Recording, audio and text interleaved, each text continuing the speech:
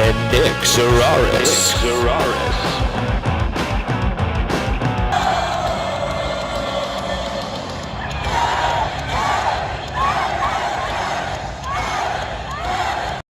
Rangers fans, welcome to the best Rangers podcast in town. I'm Andrew Chelney alongside Nick Zararis, and we are Liberty Blue. We scream about the Rangers so that you can save your voice. That's how deeply we care about you, and we appreciate that you've joined us for the ride. This is episode 28 on Twitter, Twitch, and YouTube. Pre-recording this just a couple hours early just due to scheduling, but hopefully Christopher doesn't do anything drastic between now and when this airs a couple of hours. I'm pretty sure there's still a roster freeze and nothing can happen, but with Christopher, you never know. So hopefully this doesn't age too poorly. We'll put the full video up on our YouTube Liberty Blue podcast, and the audio version will be available as an audio podcast as well. Search Liberty Blue on your favorite podcast platform, and it should be there. Give the show that shiny and illustrious 5-star review on Apple Podcasts and Spotify and anywhere else you can rate the show. It helps us more than you possibly think it does. At Liberty Blue Pod on Twitter and Instagram. I am at Chelney Andrew, Chelney Andrew, alongside Nick Zararis, Nick Zararis. Those are our personal handles to follow as well. Nick, happy holidays. Happy holidays to you as well, Andrew, to the entire community. This is a nice time of year this week between Christmas and New Year's where everybody who's home from work for the week is doing nothing, and everybody who still has to get work done during this week is really not doing much of anything either. We hope you're listening to this podcast and it's helping you get through if you have to go into work, or if you are not sure of what day of the week it is because you've been on the couch since last Friday. We're here for you as well. This is going to be a very light episode, keeping it in the theme of the holidays, trying to not lay it on too thick, because even we get a little tired of being serious all of the time. Even we who scream so you don't have to, even we get tired of being serious all of the time. There will be no complaining about cap hits. There will be no complaining about lineup deployment. All we are going to talk about, very, very straightforward, very, very simple. We're going to talk about the two games that are upcoming this week, where the Rangers are going to be playing the Panthers and they're going to be playing Tampa Bay. Those we'll talk about. We'll talk about what we would get different guys on the team for Christmas. You can take it literally in terms of something you could get them on Amazon. And they have the caps tomorrow as well with Ovi coming. Yes. We'll talk. We can talk in terms of what you would actually get them, like on Amazon, if you were to get them an actual gift, or if you wanted to get like Filipedal adamantium bones, like Wolverine, so he couldn't get hurt. We could talk about that as well. So, Andrew, first and foremost, I'm just glad the season didn't spiral completely out of control. I know 2 weeks ago we were kind of debating the merits of would it be beneficial to do that, because you starting over, the sooner you start over, you get closer to your goal eventually. But it seems like things are relatively calm. It seems like the league is starting to kind of take its shape. The Devils have kind of gotten into a funk here. Washington has, at the same time the Rangers have gotten going, the Capitals have also kind of gotten into a nice run as well. They're in the other playoff spot. The Islanders are 2 points behind the Capitals for the wild card spots. Those are the three teams that are close, and then there's another team that's further down. It's just nice to kind of seem like things are kind of getting back to normal. And that's a good start, considering the Rangers haven't been normal in several years. I mean, it's never fun to root for spiraling, right? Like when a few weeks ago when we talked about this, we weren't rooting for them to keep losing.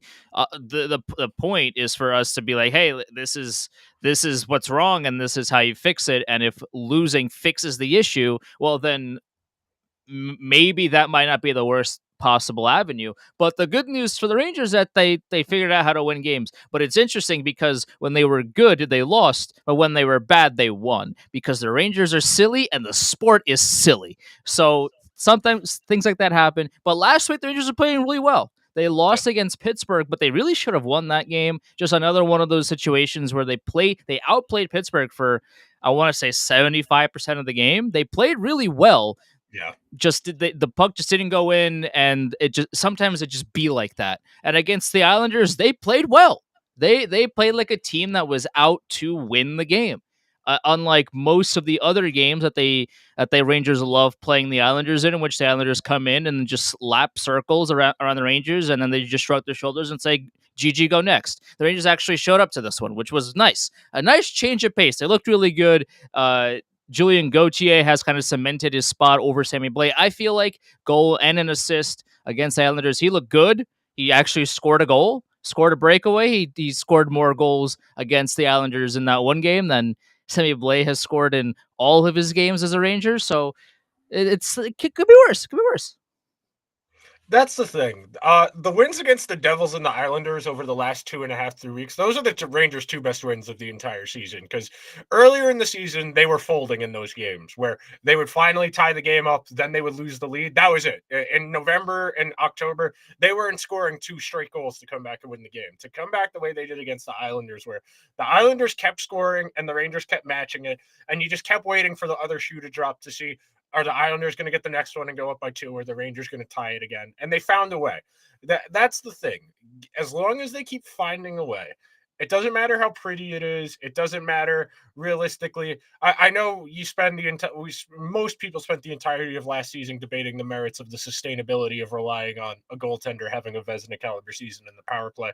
But for right now, one game at a time, you keep rattling off wins, then we can worry about sustainability closer you get to the deadline, because this team is going to add something. And that's the first question I have for you. If you were to get the team at large a gift for Christmas, would you prefer to get them a top 6 wing, a defenseman to stabilize that third defensive pair, or something else? It would have to be a top 6 forward, because again, the issue that continues to come up with the Rangers is that when the power play isn't scoring, the Rangers are not scoring enough at 5-on-5. Julian Gauthier scoring was nice, and Capo Caco scoring was nice, but usually what ends up happening is that if Panarin doesn't score that first goal against Sorokin on the power play, where is the offense coming from? That Panarin goal was really the kickstarter to the Rangers having some life in the game, and finally scoring, and and everything kind of just shifted based on that goal. Well, if Panarin doesn't score there, who is going to do it? Now, the Rangers have had this issue all of last season, all of this season, where they don't have enough 5-on-5 scoring. So I've been saying it for weeks and weeks and weeks, and I'll keep on saying that the Rangers need a 5-on-5 score. It's not Patrick Kane. It's going to be somebody else. Maybe Ryan O'Reilly if the Blues continue to be bad and they keep losing and Ryan O'Reilly wants out and the Blues are sellers. I would love Ryan O'Reilly. But as of right now, it's still kind of too early to figure out an exact name, which is why I think being a little bit vague in the ether of a top 6 scorer that can score at 5-on-5 is the best possible thing, because we don't know who in February is going to be bad. We have no idea. So it's a little bit premature to be like, I want this player in particular, when we don't know if they're going to be buyers or sellers or in between or in that like 9 to 12 range. Like, we don't know yet. So I think just overall, like on the wish list, top 6 forward that can score at 5-on-5, number 1 on the agenda for me. One of the things I was talking about on Christmas Eve with somebody about the Rangers and why they need to add a top 6 wing, and this is an idea I've had since they signed Trocheck over the summer. If you bring in one more top 6 wing, you could deploy a line of Kako with Kreider and Trocheck and really have a true shutdown style checking line that can contribute offensively as well. And it's just going to be a miserable experience for the other team to play against. And then you can really enhance your fourth line, because then you can slide Jimmy Vesey down there with Gaudreau, and then whoever you want on the other wing, whether you prefer Gauthier or Blais, it doesn't really matter to me.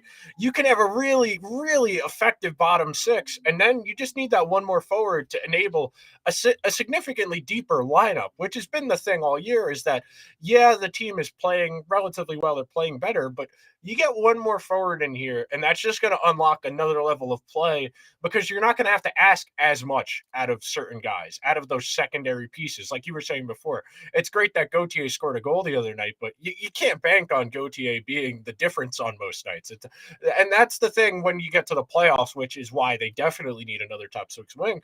When you play other good teams, the top 6s more or less are going to cancel out. They're going to be close to the same amounts of goals for both teams on the first and second line.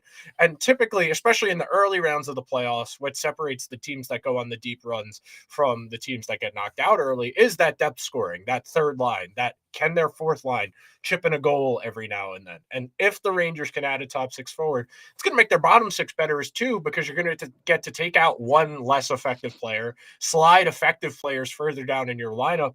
That should be your end goal ultimately, is making your entire lineup better. So just bringing in a top six forward definitely helps because it's going to make your top six better, but it's also going to make the bottom six better too. It's a really good point, because if you take a look at how the Avs and the Lightning won the Cup the last few years, it's not just because they had a really solid top six. It's because they had so much depth scoring when the team needed it. You would have Ross Colton on the third line or the fourth line constantly being a pain in the you know what to the other team, because he would constantly be in the front of the net. He would be scoring the dirty goals. He would be there to provide that secondary offense that the team needed in order to win the game. It would be great if Julien Gauthier did more of what he did on against the Islanders, but right now it would be a lot better if the Rangers could add another top six forward, and now all of a sudden you can slide Kreider down on the third. Kreider on the third line is a cheat code. This man, it's a luxury. Yeah, it's an absolute luxury. It's a cheat code for the Rangers to have. If you can have that kind of forward depth, and you can slide Gaudreau down to the fourth line, you don't have to ask too much of him. That's the whole problem. He had a that great we game have. against the Islanders Right. because he was playing in a role that was suited for him against Exactly. players where he was going to be able to win matchups. Because, like, as much as we like to make fun of the Islanders' vaunted fourth line, they do occasionally, every now and then, stumble into one of those shutdown games where you just can't get anything going against them. But Barclay Goodrow is better than Matt Martin at 34 years old. That's the thing. Like, if the problem that we have with Barclay Goodrow is not with We're him not complaining, specifically. Andrew. We're not complaining. Right, we're not complaining. The issue that we have with Goudreau is not him specifically. Is that Gerard Gallant keeps putting him in the top six and just says, hey, go do things, when Barclay Goudreau is a bottom six forward. So if you get a top six, whether it be winger or center or whatever, and you can slide Goudreau down and have him be more comfortable in that bottom six, it not only makes him a better player, makes the bottom six more dangerous. Everybody's on the same page, and that is how you really build a contender. Is you don't just bank on three players to score and say everybody else go try, go do some cardio. When you add enough people out there on the forward groups that can score, and that can not only score but can get the puck, can dump it in and go to the dirty areas, and get that takeaway when you need it the most, and what Barclay Goudreau is good at. Like, he can get to those areas. Obviously, it's tougher when you're playing against Crosby and Stamkos, but if you're playing against Abe Kubel or whatever, it's a lot easier to get the puck from them, right? So the top six forward, as you said, and it was a good point, it doesn't just make the top six better, it rounds out the entire offense, and that is really what the Rangers should be going after. You need to deepen your team. That's the biggest thing, and that's usually the deciding factor in most playoff series. And even though we talked about this in context of the Tampa Bay series from last year's playoffs, the third line's more or less canceled out. It was the Tampa Bay fourth line that gave the Rangers fourth line. The one, just simple adding up the goals. You probably need 4 to 5 to win every single night in the playoffs. Where are you going to get your 4 or 5 goals from? If the other team is going to get 4, you need to get at least 4 to keep it going. And if your fourth line is constantly hemmed in, and even if they're not conceding goals over time, the more likely they are to concede a goal because they're in their own zone for an extended period of time. Okay, this is one I was thinking about today. I want to get Gerard Gallant a Twitter account, and I want him to have to read the replies every single time he posts the lineup. He doesn't have to post. He doesn't have to do anything, but he needs to read what people think about what he said, what he decides to do. He needs to be aware of the outside world, because I assume you're familiar with the screenshot from The Simpsons where Principal Skinner is, maybe the children are right and I'm out of touch. No, the children are wrong. Yeah. That's entirely how I feel about Gallant as the coach, because I feel like he knows what people say, but I want confirmation that he's aware of what the outside world is saying about his decisions. I think he does because the reporters keep asking him about it. Like they keep bringing it up with kind of the context of, fans are not really understanding of what you're doing, and Gerard Gallant is like, you know middle finger to the sky, I do what I want, I'm the head coach. Like that's kind of been his demeanor his whole time here as Rangers head coach. And it would be great content to make him read the replies. I don't think that would change the way he approaches No, his I style, just want him to because be like, aware. yeah, I mean, I'm sure Molly and other reporters that are plugged in have either shown him or have talked to him about it off the record, about like, hey, why did you do this? Like, fans are not happy about this decision. And I'm sure Gerard to Molly or to whoever was like, I don't care. Like, it's I do what I want. I get paid to be here, and these are my decisions, and I don't care. So I'm sure him reading the replies won't change his demeanor or his thought process, but it'd be funny to hear. This is a golden content opportunity at New York Rangers. Have Gerard Gallant read mean tweets like they have celebrities do on Jimmy Kimmel. Well, the Gerard Rangers like tried to do the retweets thing, and then they stopped doing that after I think like one episode. I don't know where's the second episode at New York Rangers. Where is it? Where is it? Where's the long awaited episode that they like scrapped? Where did it go? From what I understand, it is very hard for the Rangers and the Knicks to do anything creative on social media because of the way Madison Square Garden is structured, where you need like 9 layers of approval to post anything, even moderately, that isn't just a lineup graphic. So, from what I understand, they made that video, and then when it came time to get approval to post it, they got the kibosh from somebody higher up the food chain. It's just the Rangers and the Knicks would both rather everybody speculate and just project silence, because then they don't have to address anything, and they let the media cycle carry itself out, and then it's a non-issue within 3 days because everybody just speculates. It's a somewhat effective media strategy, but it's unsatisfying from Sure. us out here in the public. That's what we could get the Rangers organization.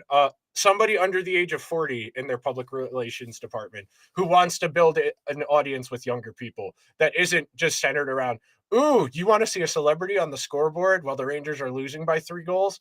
Not really. That doesn't enhance my No. experience as a fan. That, and also the DJ performances in the intermissions, like, What? who first of all, who is that targeting?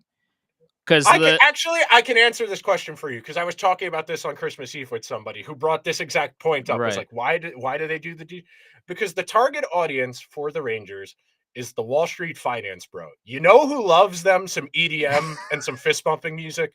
The Wall Street finance bro in the Patagonia vest. Okay. That is the Listen, Rangers target audience. I am heavily into EDM. I'm also like heavily into metal and like a bunch of other other genres, but I know my EDM.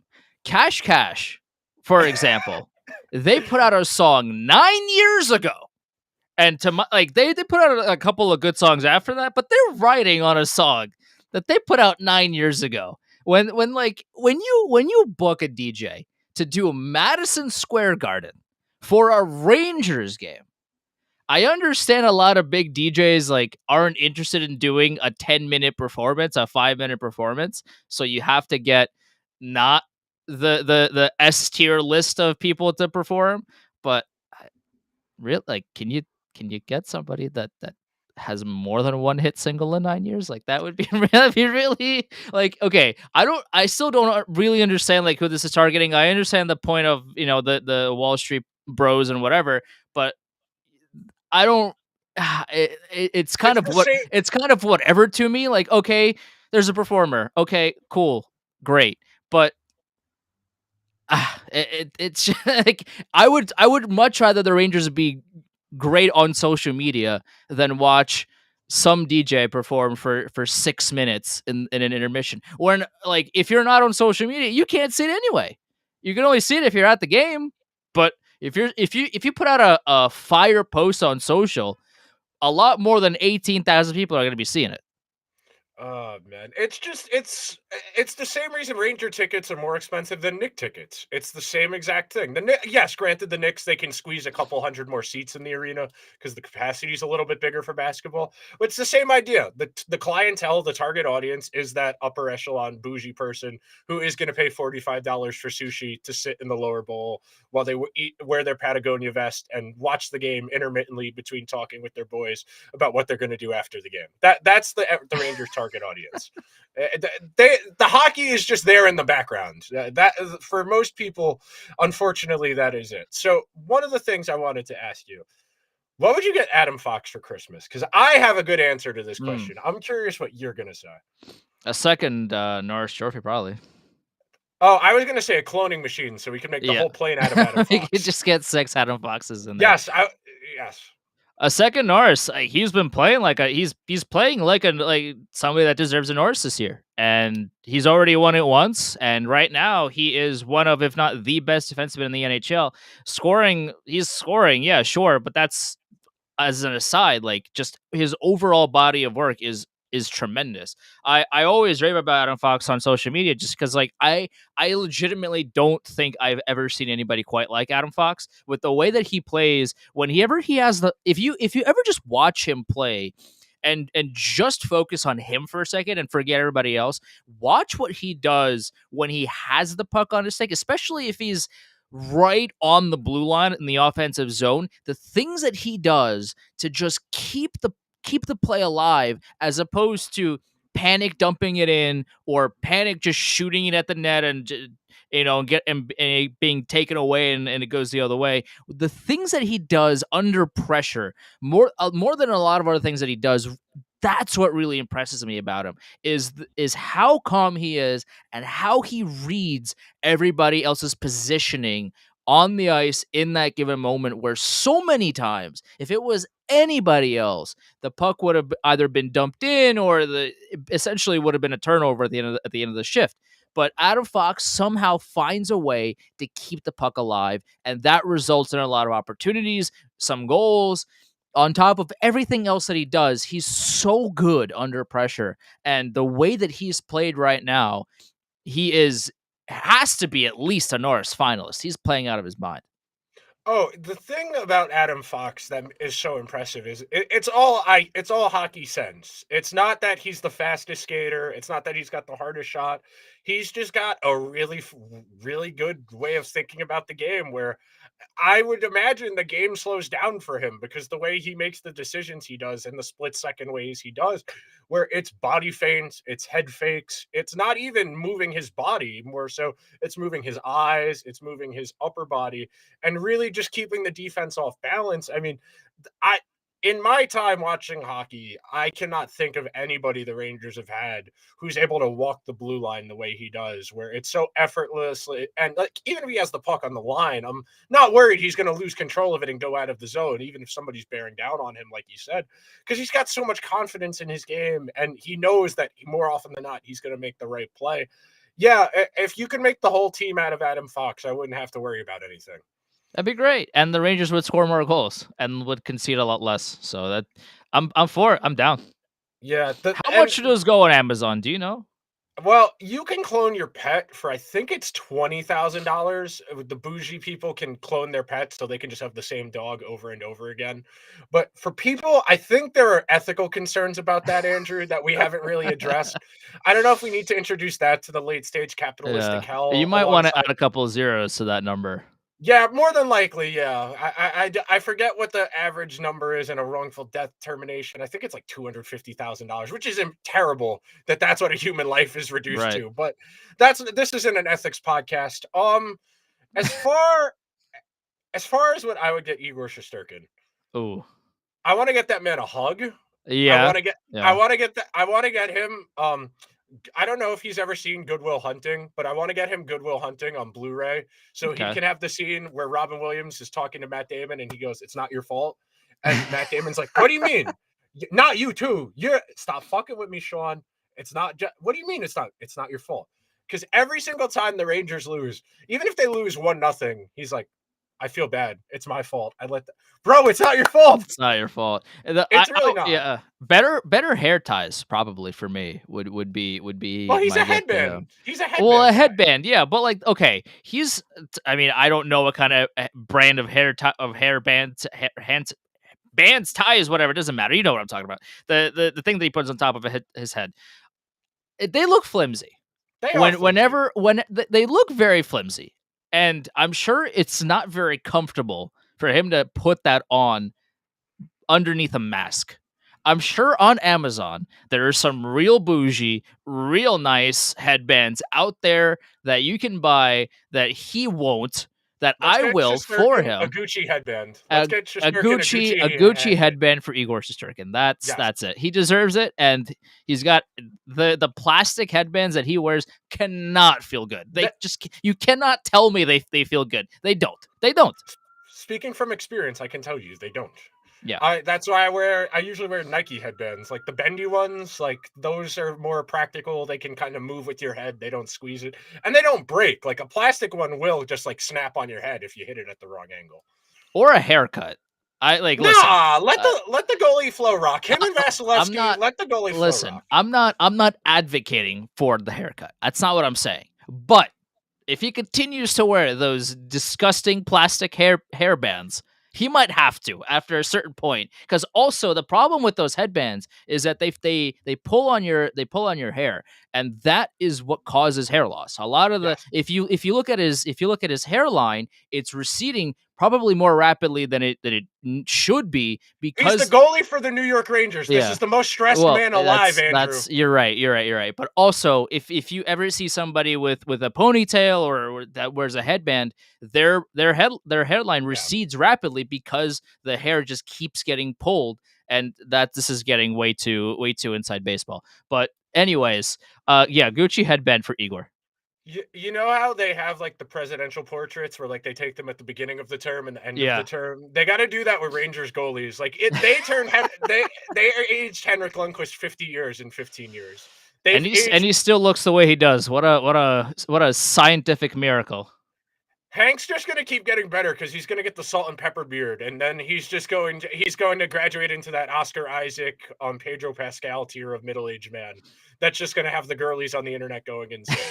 And that's me. I'm girlies. That's right. Yes. Okay. This is a serious one. What are we going to get Mika Zibanejad and Chris Kreider? Because you have to get them a gift together. That's a good question. It's tough because they kind of need two different things. Like Kreider needs a practice net to shoot at because he doesn't shoot in game ever. He scored he scored 2 goals against Pittsburgh, and that was great, but he doesn't shoot the puck a lot. He scored 52 goals last season, but this season he just shows up and says, "I'm not shooting anymore." I don't know why, but maybe he should do that. For Zibanejad to maybe a new turntable? New turn. Yeah. I would say somebody that would I would get Zibanejad an earpiece. And an earpiece for us to yell at him to shoot the puck at 5-on-5. At 5-on-5. That's what he needs. No, we don't even need that. Just Mika, it's the power play. Pass, don't shoot. Pass. It's 5-on-5. Shoot, don't pass. Yeah, there you go. That's all we need to do. You could even get somebody to just hold up a sign in the offensive zone on each end, like SNL cue cards, like where they have them off stage. Yeah, just somebody behind the net holding up a shoot or pass sign, depending on if it's 5-on-5 or the power play. That's all we need to do. And that's the biggest thing. And we've been talking about this the entire season. Is just this is like confidence and execution. There's plenty of talent on this team, and they're getting closer to playing up to their talent level, which is all we've been asking for. That's really all you can ask for. If the team plays up to its talent level and it still loses, there's no shame in that. Sometimes it just be like that. But Nick, what would you get Jacob Trouba? That's a great question. What do you get the man that makes $1 million? What do you get him? A really good accountant. Well, he's probably got a really good accountant, to be honest. I would hope so. You would think. What would I get Jacob Trouba? A time machine to become 2018 Jacob Trouba again, because 2018 Jacob Trouba was very good. And Granted, you know what I would get him? I would get him Dustin Byfuglien out of retirement to play with, because that's the best Trouba's ever played Oh, in his life. well, Was when he had Dustin Byfuglien on his left does side. yeah. That was the best season of Trouba's career. The year the Jets were the favorites to win the Stanley Cup and they lost in the second round. The year they went to the conference Mhm. final and lost to Vegas. Playing with Dustin Byfuglien, that was the best season of Trouba's career, counting stats wise. That was the best season of Trouba's career, analytics wise, because all he had to do, just whip that puck, shoot it as hard as you want, as many times as you want, play all the defense. All you got to worry about is offense. That's all. That's realistically what Trouba needs. He needs a partner who can mask up all of his defensive deficiencies and just let the boy shoot. Well, if Byfuglien could be the not Byfuglien that showed up to Jets training camp super overweight, just Hey, the I will Dustin always like Byfuglien. Dustin Byfuglien for putting Evander Kane's clothes in the shower and saying, "Screw you, bro. You're No, annoying." listen, I love Dustin Byfuglien. Don't get me wrong. Like I'm not here to slander that man. He can eat well now. Listen, I'm not out here shaming this dude at all. But if you are going to bring him onto the Rangers, the last thing this team needs is another defenseman that can't defend. So if you can bring back the Chicago Blackhawks Dustin Byfuglien to really uh even out that defense, that'd be great. But if you're gonna bring back the last year of the Winnipeg Jets Dustin Byfuglien, I think same thing with Patrick Kane. I think I will pass. Okay, Andrew, what are we going to get Capo Caco? I have a few ideas for this, but my first idea, I just want to sit him down and I want to have him listen to like a Kendrick Lamar album and just I want to hear what he thinks. I need to know. I need to immerse this man in some culture. I need him showing up to games in like Adidas tracksuits with big headphones on, like he's in the NBA. I just want to immerse Capo Caco in all New York City has to offer. We need to culture that boy.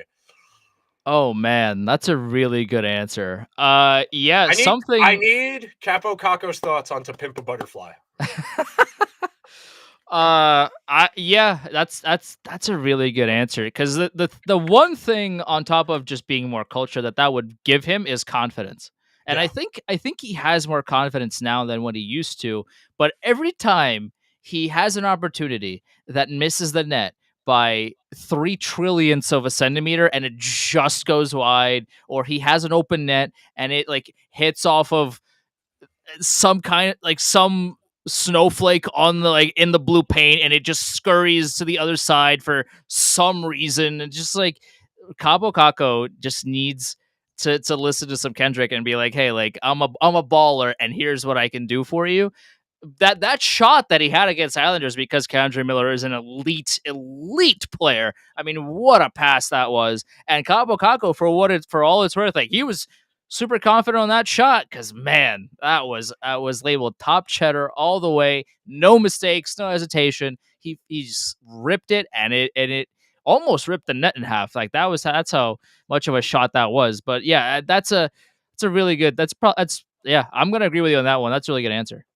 Like, you know how like Lucas showed up for the Mavericks game yesterday dressed like a cowboy? I need Cowboy. Capo Caco doing the New York equivalent of that. I need I'm, I I need need this city to embrace him. I Like need I him need wearing Nas. and ones. I need him wearing Yeah, I need him wearing a Ewing jersey, and yeah. off you go. Yes. Hey, we've seen him at more than one Knicks game. That's We right. know the man is making an attempt. Yeah. I just feel bad for these kids who, have to move halfway across the world as a teenager and don't really have anything to go off of other than this is the family the team assigned you to live with. Figure it out. Like Right. Brendan Smith was the one guy he talked to on the team his entire first year here because Brendan Smith lived close enough that he drove him to practice and to games every day. We got to get this man immersed and we got to get this man to stay because if the Rangers finally develop somebody into something good and they can't afford to keep him, that would be the ultimate kick in the dick. And that kind of seems like where we're headed, unfortunately. But we're not complaining this episode. We're not No. complaining. Zero complaints. Zero. Zero complaining this episode. Okay. The main one I wanted to ask you is Ryan Lindgren. And I think I know what I want to get Ryan Lindgren, but I'm curious what you have to say. A full face shield, I think, Yeah, for that's a good idea. Christmas.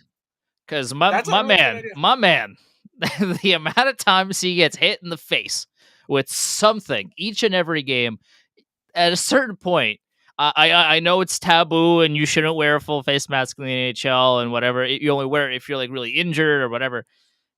At a certain point, like it's no longer coincidence that this Yes. man every game gets demolished in the face with a stick, a puck, a check to the board. Like he gets his face smushed into the boards. Every game, something happens where Ryan Lindgren gets hit in the face. It is time for him to wear a full face mask because this needs to end. This man is going to be a broken individual by the time he's 32 years old, and I will not stand for it. This man needs a face mask. I'm getting Ryan Lindgren a gaming PC so he can join a Red Dead Redemption art roleplay server and he can just make himself in the game and walk around with his ridiculous mustache that is so 1895. We're getting Ryan Lindgren on a Red Dead Redemption role playing server because that That's man, really good. I did it during the preseason. I took his headshot, put it in black and white, and that looks like a wanted poster from 1895. That mustache was ridiculous. It's got the right amount of volume where it looks very 1895, very Chester A. Arthur-y. I just turned that into a verb, which I didn't, an adjective, which I didn't know you could do. But yeah, that's the thing. It's you gotta lean it's into the holiday episode. You can do anything you want. Hey, I am phoning it in significantly less than most of the people at work this week. I am putting in some effort. Okay. You know what I'm gonna get Chris Drury? I'm going to get Chris Drury a JFresh Patreon subscription. Yes. And I am going to sign one of the Evolving Wild twins to be the no, don't do that guy. Don't do that. That's right. That would be the most valuable addition to any NHL front office. If any NHL people want to save your team a lot of time, money, and heartache, hire one nerd to be like, I don't know, I probably wouldn't do that. And you will be in a lot better shape. Every team needs well, maybe I wouldn't do that guy. That should be on every single NHL team's Christmas list. That's a really good one. What I would do is I would probably start a totally fake rumor about Patrick Kane so that Chris Drury doesn't trade for him. Like, I think because what's the rumor that would actually make Chris Drury care? That's the thing. You got to think of him what's the most he supports the Taliban. You got to work with me a little bit. I don't know. Like, obviously, this is all hypothetical, so we're not actually doing any of this. But for Chris Drury, I would get in his ear because obviously Patrick Kane doesn't like pizza. He hates pizza. He likes he likes pineapples. Don't do this, please. You're gonna everybody in New York's gonna strike against you for making this trade. He's a very known pizza hater, and you cannot bring somebody of that ilk into the city. That guy prefers Domino's to a pizzerina. That's all you need to know. Oh, Don't want him on my team. Don't want him on my team. How dare you? Domino's has one function, and it is only after midnight because it is the only thing still open that delivers. That is it. If for post midnight activities. It's not bad for what it is. Recreational activities, right? Post recreational activities. If it's 1 a.m. and you are fiending for some pizza, Domino's will hook you up. But if it's 3 p.m. on a Tuesday and you're like, I want pizza, let me order Domino's. Seek help. Yeah, no, you're going on a list if you do that. You're going on the same. You're going on the same list as that lady who walked into MSG who's in litigation against the Madison Square Garden Corporation and immediately got banned from the arena. Domino's was so close to giving us a sponsor. They were like, if only they didn't say that the Tuesday at 3 p.m. bit. Oh, if only we would have sponsored them, but no, not anymore. Domino's knows their target audience. The only shortcoming in their marketing campaigns is the whole takeaway idea. Let me tell you, nobody ordering Domino's should be driving. Let me tell you, nobody ordering Domino's should be driving. That's absolutely true. Yeah. Okay. If you're driving, drive to a pizzeria. How about that? Yes, correct. That's the way to look at it. Okay. Real quick, we'll talk about the 2 games this week. We have 3. Washington. Sunday. I'm not counting Sunday because Sunday's football's more important on Sunday. Last week of the fantasy playoffs for people, 2 weeks to go in the regular season. Yes, the Rangers do technically play the Panthers on Sunday afternoon. Come on. I do need to know who thought it would be a really good idea on New Year's Day to schedule a 5 p.m. matinee in Florida. I just Well, need to know. it's for the I need old to have a people, Andrew. conversation. It's for the Who's old okay? people. I understand the Rangers are going to be in town, and a lot of the fans in attendance are going to be Rangers fans.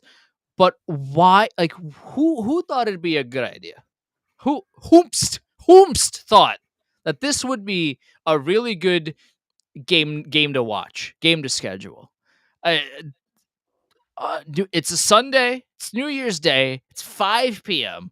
Everybody on the If planet is completely not okay enough to drive. So you're gonna make 18,000 people drive to the arena to watch a 5 p.m. hockey game? Sure, sure. so they play Washington tomorrow. Tomorrow's the most expensive ticket of the entire regular season. It's like $250 to get in. The Capitals are in a good run of form lately. They're playing pretty well. I wouldn't say Washington concerns me big picture wise, but that'll be a difficult game. Tampa Bay got out of the early season funk. The Rangers play them on Thursday. Tampa's been playing better as of late. As we know, Tampa Bay is getting better.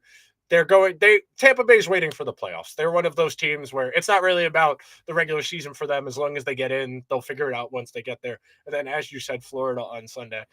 I'd like to go 2-1 this week. That would be my goal. Well, yeah. The thing about Tuesday is Ovi just broke the record, and now he's at 802 goals. So he's like 90 something goals away from Wayne Gretzky. So every game from here on in is going to cost a lot of money to watch Ovi play, just because you're essentially witnessing history every single night that he plays. You won't see true history for probably maybe 2 seasons, because he's like 90 something goals away from breaking Gretzky's record. But 803, 804, 805, every goal is essentially history in its own right. That's why tickets for Capitals games are so expensive, just because like you will never see somebody like this in your lifetime again. So like that's gonna be cool for Tampa Bay. Yeah, they beat them opening night, and the Lightning are, as you said, they're like, as long as we get into the playoffs, who cares? It doesn't matter who we play, what the record is. Who cares? The that's I feel like that's what the Lightning think, because it's like, It's like with Golden State last year. They didn't need to win. yeah, yeah, Yeah, just get us in. We've been there just before. We know what we yeah. need to do. Let's just get there. It doesn't matter if we win 58 games or 62 games. Like, who cares? We're gonna win the title anyway. It doesn't matter. Like Yeah. that's kind of their approach. And Tampa Bay kind of has a similar one of just like, we're obviously good enough to make the playoffs. We still have all of our top guns in there. Just get us in and we'll figure it out. With Florida, though, Florida hired the most average coach in the history of the universe in Paul Maurice, who has coached 1,000 teams, doesn't have a lot to show for it, but he keeps getting hired anyway because of reasons. And the Florida Panthers are just like his coaching career, very average. So sometimes they're okay. They got dumpstered by the Islanders the other day, and this is kind of who they are. Like, you would think they'd be better than they are, considering the kind of team that they have, the kind of roster, the kind of talent levels that they currently have on the roster, and yet they're very average. So who knows what kind of team we'll see out of the Panthers? They could, show up to this game on New Year's Day at 5 p.m. What the? Okay, like it's they could show up and be a team that the everybody kind of expected them to be, or they could just show up and be average again. The Rangers are going to win the game pretty handily. So 2-1 is probably a good way of thinking about it. I would like to beat the Caps because of That's the most important. That's the most. that is the most important game of the three. The other two are not in division, so those they're in the same conference, obviously. So those games are also important, but the Caps game is the most important, and the ideal is 2 points for the Rangers and 0 for the Caps. But we'll see. I just give me two. That Yeah. Everything else is kind of whatever. Just get the two. Tampa Bay and Florida is kind of, they could go one of 1,000 ways, but the real important game is tomorrow against the Caps. The Rangers need to win this game. Yeah, Washington is right behind them. The Rangers are the first wild card. Washington's the second wild card, and then the Islanders are 2 points behind Washington. Those three teams are very compressed, and then the Rangers have a little bit of work to do to get up ahead. Oh wait, no, they're tied with Pittsburgh, but Pittsburgh has the tiebreaker because Pittsburgh beat them directly head to head last week. But keep winning your division games; those are most important. The Rangers have a lot of division games still to play. That is going to go a long way in determining where this team shakes out. Won't play the Islanders again though, because schedule. It's fine, Andrew. We're going to go to an 84 game season, so the Rangers can play the Right. Islanders 4 times and the Capitals or Pittsburgh or whoever 4 Great. times, as opposed to just they've solved it. The crisis is solved. I don't know if you read Larry's column yesterday, but the suggestion he had for the schedule matrix, where you play every team every other year, and then so you play your division games, they'll be the bulk of your schedule. You play each division team, I think 6 times, and then every other non-division team goes down to you play them every other year, and it works out a little bit better that way, and it makes it a little more division centric. But at the same time, we've been complaining about this in the playoffs for a while now. You're not really doing anything by forcing all of these extra division games. Like, yeah, it'll be interesting for the standings, but like, none of these teams like have significant beef with each other anymore. That's really the issue. You can't manufacture beef. Like, that has to come over time, like from repeatedly playing the same teams in the playoffs over and over again. Like, the most beef rivalry there is in the NHL is probably Battle of Alberta, and that's different from everything else. Once you get to like Toronto, Montreal, the only one in the East really is Washington, Pittsburgh, and even at that point, like, they've got their cups already. That rivalry isn't as heated anymore because like everybody's just kind of here now. This is gravy at this point for both of those teams. So it kind of feels like there's more beef amongst the fans. Yeah, than there are amongst the teams themselves. Devils and Rangers fans, Islanders and Rangers fans, and the whole tri-state area fans. Obviously, they don't like each other when the teams are playing each other. But like, a lot of times, it feels like the fans hate each other more than the teams do. Which, I mean, there's pros and cons to part of the whole rivalry thing, right? Is proximity, but also back in the ye olde days when there were headhunters galore and there would be 8 fights a game and everybody would be throwing out concussions to everybody else like it was the last day on the planet. Then the beef would be a lot it would be a lot easier to manufacture, right? Because there'd be so many concussions and so many punches thrown and so many hits that it made more sense. But now in today's universe where head hits are bad and you shouldn't do them because that gives people tomato soup brains instead of functioning brains that work, and people want brains that work instead of having soup up there. So it's a lot harder to manufacture beef that way now because there's not as many over the top hits, there's not as many over the top fights, for the better. But that's one of the reasons why the beef isn't as strong as it felt like it was 20, 30, 40 years ago. There's no Bobby Clark out there that is going to absolutely derail someone's career by charging at them from 150 feet out. These things just don't happen in the sport anymore, which is a great thing. And I don't mean to call out Bobby Clark in particular, like that's just the first name that comes to mind, but or because somebody said this to me like last week on Twitter, which I thought was ridiculous. I said the coldest take ever, that Scott Stevens was a dirty player, and somebody got mad at me for that. It's like, dude, I don't know kind of sport you're watching, pal, but Scott Stevens, super dirty player. Like, if they're kind of like, Scott Stevens got away with that because the league just kind of didn't care about the injuries back in the day, but now they at least pretend to care. So you can't get away with those hits anymore, and because of that, the beef is not as easily generated. Like, you can't do that because that's for the better. The league has changed. Yeah, no, definitely agreed with you. I'd rather watch people actually play hockey as Right. opposed to, rock'em sock'em robots. I'll just watch, boxing or Yeah. MMA, that's always the best reply. Well, you don't even want fighting in hockey. Well, no, I'd like to watch hockey. Right. I don't. Yeah.